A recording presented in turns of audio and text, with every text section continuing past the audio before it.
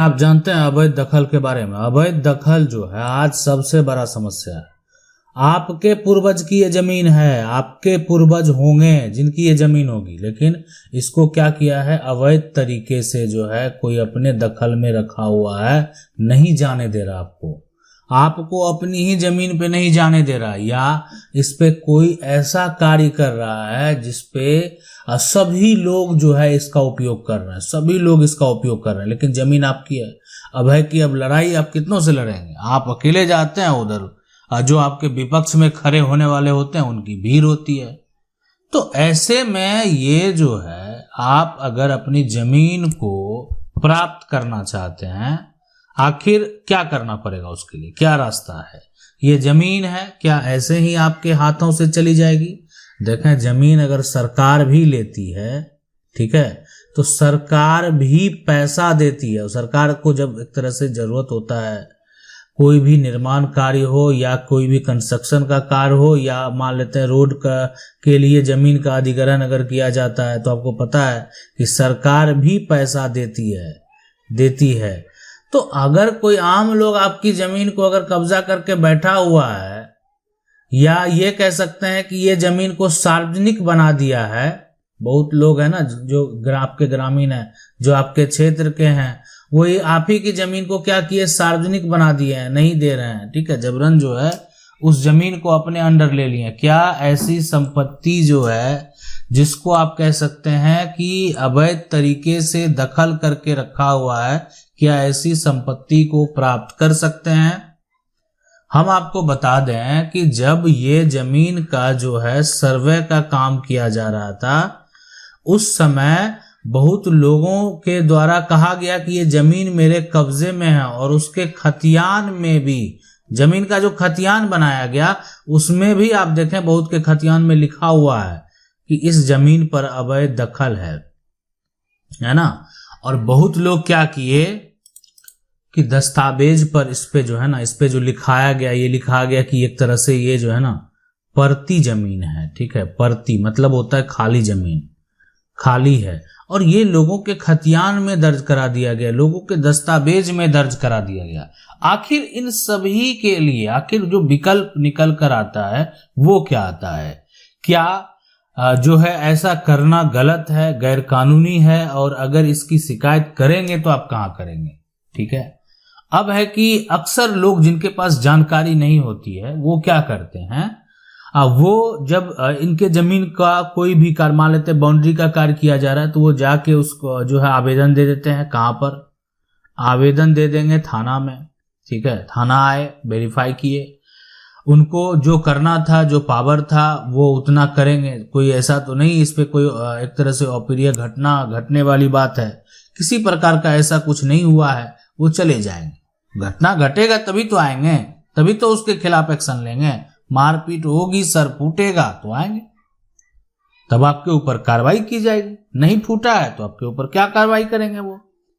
और अगर आप इस प्रकार की लड़ाई लड़ेंगे भी तो नुकसान आपको भी हो सकता है। तो आपके पास विकल्प क्या है, रास्ते क्या हैं? क्या आप जो है, जो सरकार के अधिकारी हैं, अगर उनके पास आप चले जाएंगे तो ये जमीन आपको वापस मिल जाएगी। देखें, ये जमीन जो है वापस आपको तभी मिलेगी जब इस जमीन, अब ये जमीन अभी वर्तमान में अगर मान लेते हैं आपके नाम पर है, और आप इसको जो है अपने अंडर लेने के लिए जाते हैं, लोगों के द्वारा रोका जाता है, आपको नहीं दिया जाता। अगर ये कब रोका जाएगा लोगों के द्वारा, है ना, जब ये जमीन जो होगा, एक तरह से जमीन जो होगा वो को क्या होगा, वो सार्वजनिक होगा। अब अगर मान लेते हैं कोई एक व्यक्ति के द्वारा कब्जा है, तब तो आपके पास विकल्प है। अब एक तरह से वो व्यक्ति कब्जा करके बैठा हुआ है, क्या उसके पास उसका कागजात मौजूद है? नहीं है। आप अगर किसी के भी जमीन को कब्जा करेंगे तो ये तो कानूनन अपराध है, और इसमें धारा अगर देखें जो है सिंपल 441 के तहत जो है कार्रवाई, इसको अतिक्रमण बताकर जो है, और आप पर जुर्माना भी लगाया जाएगा, और आपको सजा जो है, आपको जेल भी हो सकता है, सजा भी हो सकता है अगर आप दोषी पाए गए तो। इसलिए कि गलत तरीके से अगर मान लेते हैं आप किसी के प्रॉपर्टी पर अपना पोजीशन बनाए हुए हैं और आपके पास कोई प्रूफ नहीं है, ठीक है, कोई दस्तावेज नहीं है, जबरन है, आप एक वर्चस्व दिखा के ऐसा करेंगे तो आपके ऊपर कार्रवाई होगी। आपके पास दस्तावेज तो है नहीं। हाँ, बहुत सारे कारण होते हैं, जो कब्जा में है, किस कारण से कब्जे में है, उसके पास भी कोई दस्तावेज है ना, या उसके पास भी कुछ ऐसा जो हो सकता है कि पट्टा हो या जो भी हो, बंदोबस्ती का दस्तावेज हो, सिकमी हो, या अवैध दखल का जो है एक तरह से खतियान दर्ज हो। तो बहुत ऐसे कारण हो सकते हैं कि जो एक प्रूफ के तौर पे वो व्यक्ति पेश करे, क्योंकि प्रूफ के तहत जो है बहुत सारे चीज प्रूफ किए जा सकते हैं। मान लेते हैं, अगर बात करें हम यहाँ पर जो सीमा अधिनियम है ना, सीमा अधिनियम की अगर बात करेंगे, जिसको आप यानी अगर मान लेते हैं लिमिटेशन एक्ट देखें तो, है ना, टेशन जो एक्ट है तो उसमें ये 1963 में जो है क्या मेंशन किया गया। देखें आप, अगर कोई भी किसी का निजी जमीन है ना, निजी जमीन है, 12 साल तक अगर आप ये प्रूफ करने में सक्षम है, 12 साल तक हम उस निजी जमीन पे हैं और जमीन मालिक जो है हमको कुछ नहीं बोला, है ना, तो ये भी सवाल उठता है जमीन मालिक से, क्यों नहीं बोले? आपकी जमीन थी, निजी जमीन थी, आप उसके खिलाफ FIR तक नहीं कराए, ठीक है। और ये तो सवाल बनता है। देखें, आपके पास बहुत सारे जवाब हो सकते हैं इसके, आप जो है एक सही तरीके से जवाब भी देने में सक्षम हो जाए कि आपने FIR क्यों नहीं किया, आपने उसके ऊपर कार्रवाई क्यों नहीं किया, आपने उसके ऊपर केस फाइल क्यों नहीं किया, बहुत सारे सवाल हो सकते हैं। लेकिन 12 साल तक अगर वो व्यक्ति कब्जे में है तो ये लिमिटेशन एक्ट जो है, सीमा अधिनियम जो है, उसको एक अधिकार देता है कि भाई आप भी अपना दावा पेश करो, आप भी पेश करो, दावा पेश करो कोर्ट में, मालिकाना हक का दावा करो कि हम 12 साल से अधिक समय में कब्जे में है और ये कब्जे में है। कब्जे के हो सकता है कि आपके ऊपर आरोप भी लगाए जा सकते हैं कि आपको पैसे दिए हैं, लेकिन मौखिक आरोप जो है कभी साबित नहीं होता है, ठीक है। पैसे दिए हैं तो उसका प्रूफ होना चाहिए। मौखिक अगर हम किसी पे आरोप लगा देंगे कि हम पैसा दिए हैं तो वो मान्य थोड़ी होगा, बिल्कुल नहीं होगा, बिल्कुल नहीं होने वाला।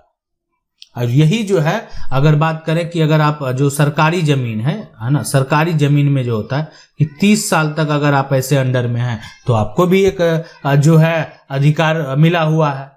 लेकिन सरकार तो कहेगा कि नहीं, आप अतिक्रमण किए हुए हैं, आपको कभी भी एक बार सरकार के अधिकारी आएंगे और बुलडोजर चलाकर आपका जमीन जो है, जमीन भी खाली करवा देंगे, कोई कंस्ट्रक्शन किए हैं तो उसको भी तोड़कर हटा देंगे, ठीक है। इसलिए कि सरकार के अधिकारी को वैसा पावर दिया गया है। लेकिन आपके लिए जो है कानून ये है कि आपको सिविल कोर्ट जाना होगा।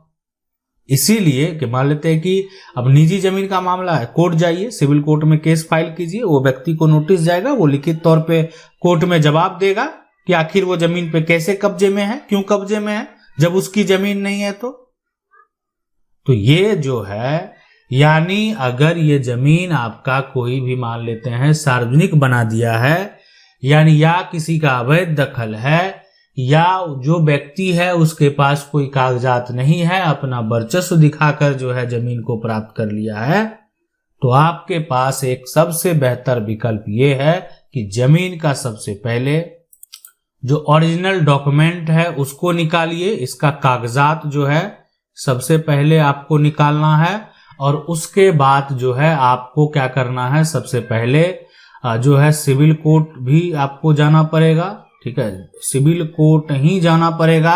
और आपको वहां पर जाने के बाद जो एक वकील है उनसे आपको क्या करना पड़ेगा, एक तरह से संपर्क करना पड़ेगा। तो ये जो है ये काम, दूसरा काम हो गया। तीसरा जो है, आप वो लिस्ट तैयार करेंगे, जो व्यक्ति कब्जे में इन्वॉल्व है वो आप बताएंगे अपने वकील को, ताकि उसके ऊपर जो है केस फाइल किया जा सके, ठीक है, केस फाइल जो है किया जा सके। और उसके बाद जो है आगे का प्रक्रिया आपका जो है शुरू होगा।